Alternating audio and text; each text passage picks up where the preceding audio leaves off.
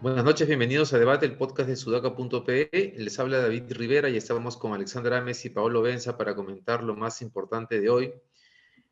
Mientras que grabamos este podcast, el Congreso de la República el Pleno se aprestaba a votar la insistencia en el proyecto de ley que pretendía cambiar los criterios de la cuestión de confianza, básicamente delimitando la posibilidad del Ejecutivo de hacer cuestión de confianza por temas que no sean de carácter exclusivo del Ejecutivo, entre ellos, por ejemplo, reformas constitucionales.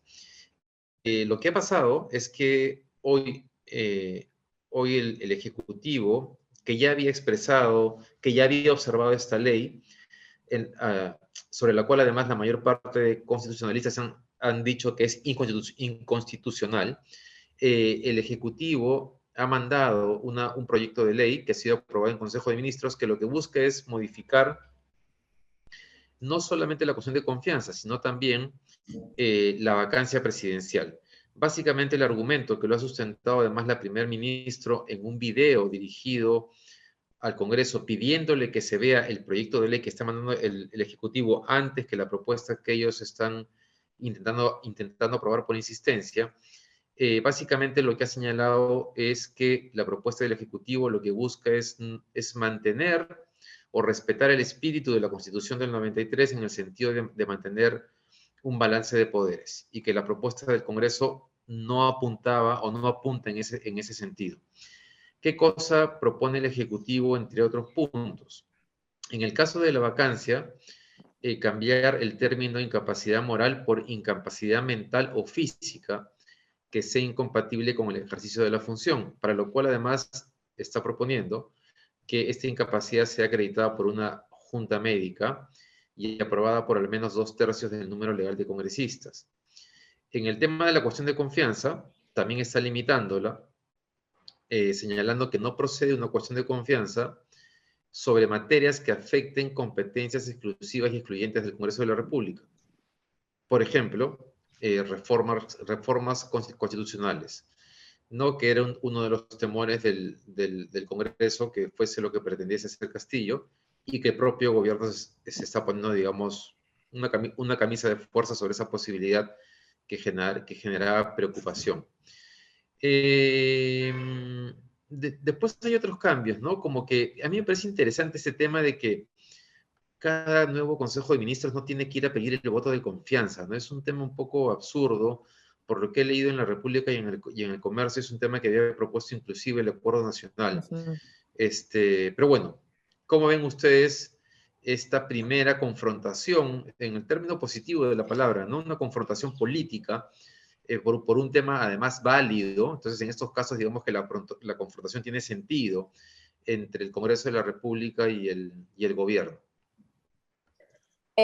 Bueno, a ver, creo que es un proyecto interesante, no lo he revisado con calma a detalle, pero a primera vista me parece muy importante resaltar dos cosas. La primera es que viniendo del Ejecutivo hay que tomar en consideración de que no solamente se blindan ellos mismos, digamos, en cuanto a reducir los mecanismos de control que pueda tener el Congreso sobre el Ejecutivo, sino que también ellos mismos, el propio Ejecutivo, también se restringe posibilidades, ¿no? Entonces, regulando o calmando las aguas respecto a este equilibrio que se necesita realmente de poderes en donde ya no exista este uso indebido o abusivo de estos mecanismos de control, ¿no?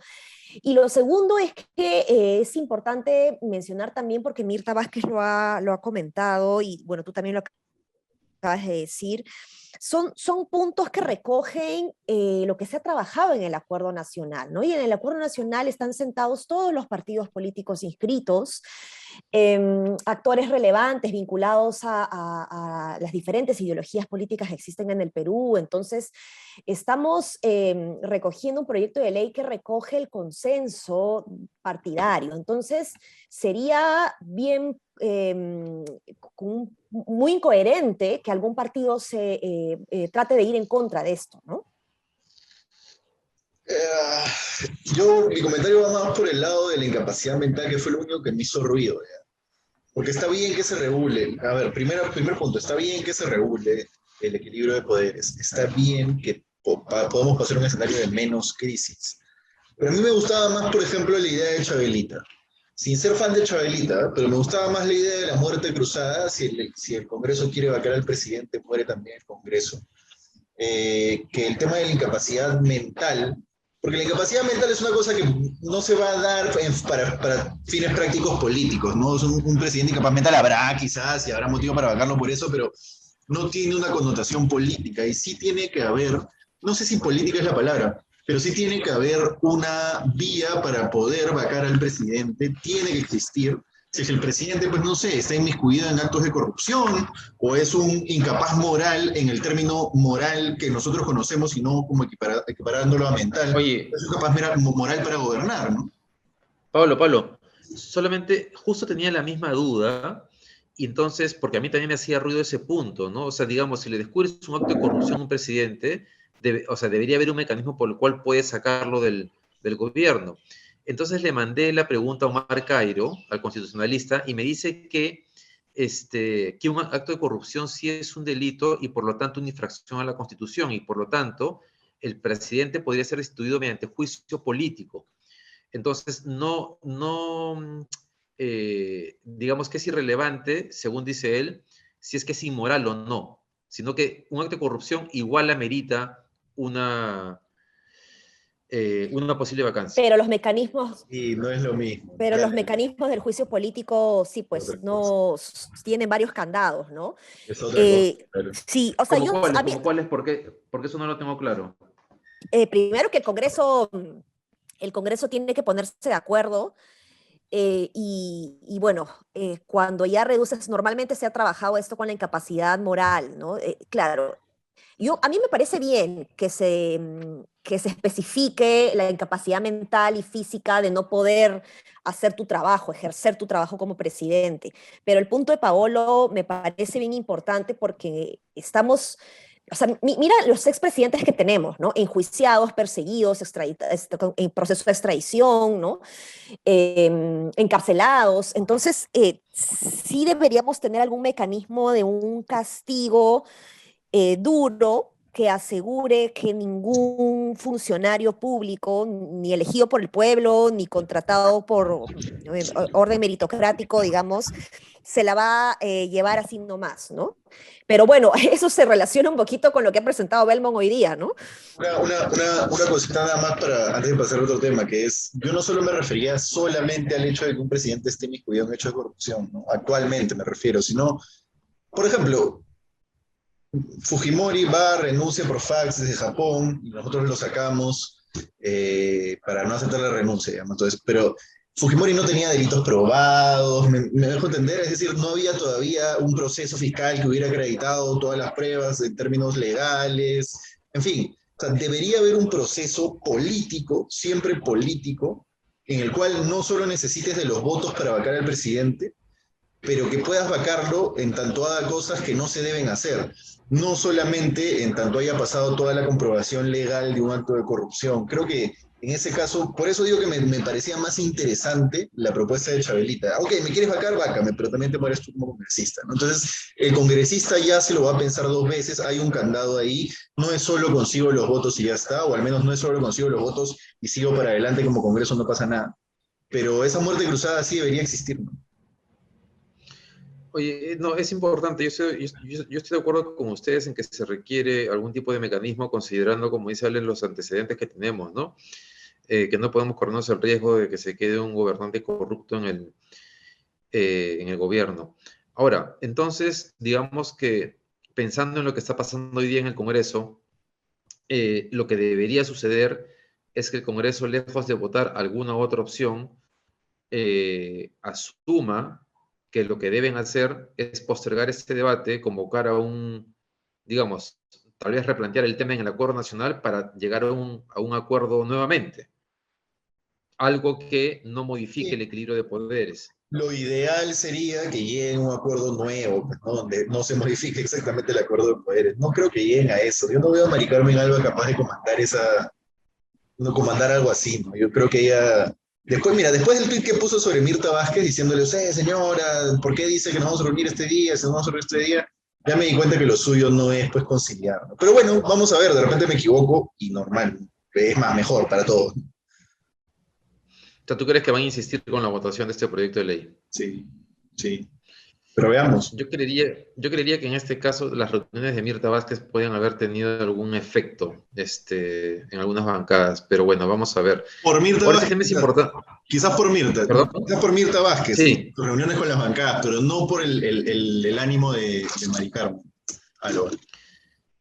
sí. Ale, ¿tú quieres decir algo más sobre esto? No, siguiendo un poquito la duda respecto a cómo van a votar en el Congreso sobre el proyecto de ley del propio Congreso, yo creo que sí puede frenar un poquito la presentación, el anuncio que ha hecho, el anuncio político, ¿no? Mediático que ha hecho Mirta Vázquez el día de hoy, ¿no? Ujú. Mire, y esto guarda relación con otro tema, ¿no? El Foco ha publicado ahora unos chats de unos empresarios, entre ellos el exministro de Comercio Exterior, José Luis Silva Martinot, y también el presidente de la SNI actual, Ricardo Márquez, donde se habla con mucha naturalidad de la necesidad de la vacancia presidencial, donde se plantea que incluso a pesar del cambio de gabinete, eso lo dice una empresaria que quiero mencionar porque yo no la conozco, pero es importantísimo que se conozca el nombre de las personas que hacen ese tipo de, o que promueven ese tipo de iniciativas, que a pesar del cambio, Magali Simon, directora de la SNI, también miembro del chat de la Cofradía del Pisco, ella es gerente general de Texpima, y ella dice que a pesar del cambio del gabinete, el tema de la vacancia debe continuar. A lo que Raúl Saldías señala eso sin dudarlo. Él es propietario y director ejecutivo de Bodega Raz. Y aquí hablan además, para que veamos el nivel al que llega esto de acá, del financiamiento del paro de transportistas, que lo comentamos hace un par de semanas, que había sido convocado para el 8 de noviembre, y que requieren aportes de dinero para que este tema crezca, el del paro de transportistas, ¿no? José Luis Silva Martínez dice, bueno, la idea era que el paro fuera antes, pero mejor 8 que nunca.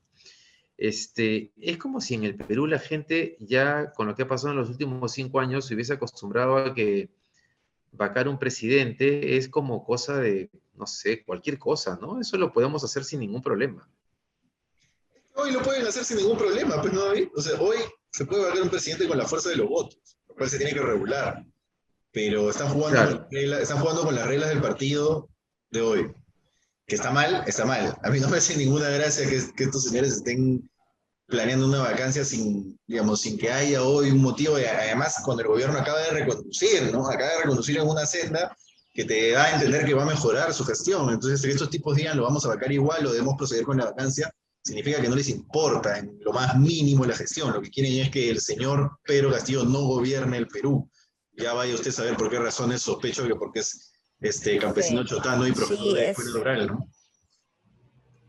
es un berrinche aristocrático más que nada, ¿no? Porque, o sea, yo creo que todas las élites y en general todos los grupos de poder tienen el derecho de relacionarse y establecer alianzas y relaciones para involucrarse en la toma de decisiones del país, pero ya ahí hay, o sea, en esos chats hay conversaciones de correr plata, ¿no? De pagar para el paro de transportistas, ya estamos hablando ya de sabotajes, sobornos, Sí. ¿no? Financiamientos de actos políticos de la sociedad civil que deberían ser transparentados o que la ciudadanía necesita saber que se está haciendo, ¿no? Entonces, porque suelen hacerse debajo de la mesa, si fuese, no sé, pues una ONG, no sé, Cooperación, digamos, que se sabe, ¿no?, que el financiamiento corre para, no sé, promover el adecuado uso de los recursos sostenible de la extracción de los minerales, digamos, ¿no? Hay un objetivo claro, transparente, conocido por todos, ¿no? En este caso, se estarían dando negociaciones y depósitos de dinero por debajo de la mesa, y eso es lo que hay que criticar, ¿no? Y avisarle a la SUNAT también, ¿no? Este Eso sí, hecho eso sí.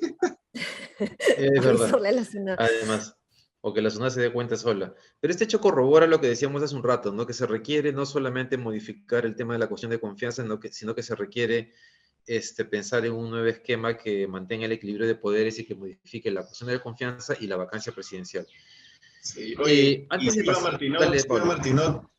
Silvia Martinot tiene un hijo, y esto es un tema que fue público, y que además es de relevancia pública, tiene un hijo que atropelló a una persona y le pasó por encima 2 veces. Ese hijo Es ya verdad. ha salido de la cárcel, que estuvo preso por un Lo tema. sacó rapidito, además. Ha salido de la cárcel y a ver, yo entiendo, por gente que lo conoce, que el tipo se ha reformado, de que se ha arrepentido y todo el mundo tiene derecho finalmente de reformarse, en fin. Pero te das cuenta de que en casa no ha habido una educación basada pues en lo que está bien, ¿no? Por lo menos en lo que está bien, y que Silva Martinot, papá, exministro, no es la persona necesariamente dada a la moral o a lo que debe ser, sino a lo que le conviene. Pero bueno, en fin, era algo a mencionar porque es un tema, a ver, la gente no debería pasarle por encima 2 veces a una persona, sea por cualquier razón que sea, ¿no? No pasar luego el dosar, en fin, no debería ocurrir eso. Eso ocurrió y por más que uno quiera, en fin, continuar para adelante, hay que recordarlo porque no debe ocurrir. Y si eso ocurre, precisamente porque la persona que crió al hijo no lo crió bien. Eso. Mm. Antes de pasar entonces a hablar de la encuesta y hablando de sabotajes y de la búsqueda de una vacancia, hablemos de lo que pasó ayer en la noche con la Resistencia, que impidió que se presentara el libro del expresidente Sagasti. Tuvo actos de violencia. Sagasti tuvo que salir, además, protegido por la policía porque le gritaban y le tiraban cosas. Además, en ese acto se encontraba también el periodista René Gastelumendi, al cual también atacaron. Estuve viendo el video con un poco de, ya fijándome más en los personajes, y veo en estas personas en realidad hay una especie de desequilibrio mental, ¿no? Yo no sé si han visto los rostros que tienen como de gente que está loca, un poco zafada, y me quedo con la idea de que ya es, digamos, es hora que la policía tome acciones, ¿no? ¿Ustedes qué piensan? Yo me he esforzado un montón antes de entrar al podcast por encontrar esta diferencia entre, por ejemplo, la gente que le va a protestar afuera de la casa de Beto Ortiz, no lo deja salir, ¿ya? Y creo que la diferencia está en lo siguiente, que es que este grupo, o estos grupos, la resistencia, los insurgentes, los combatientes, tienen una agenda política con una justificación de una ideología de odio detrás que los hace actuar de la manera en la que actúan, es decir, son neofascistas.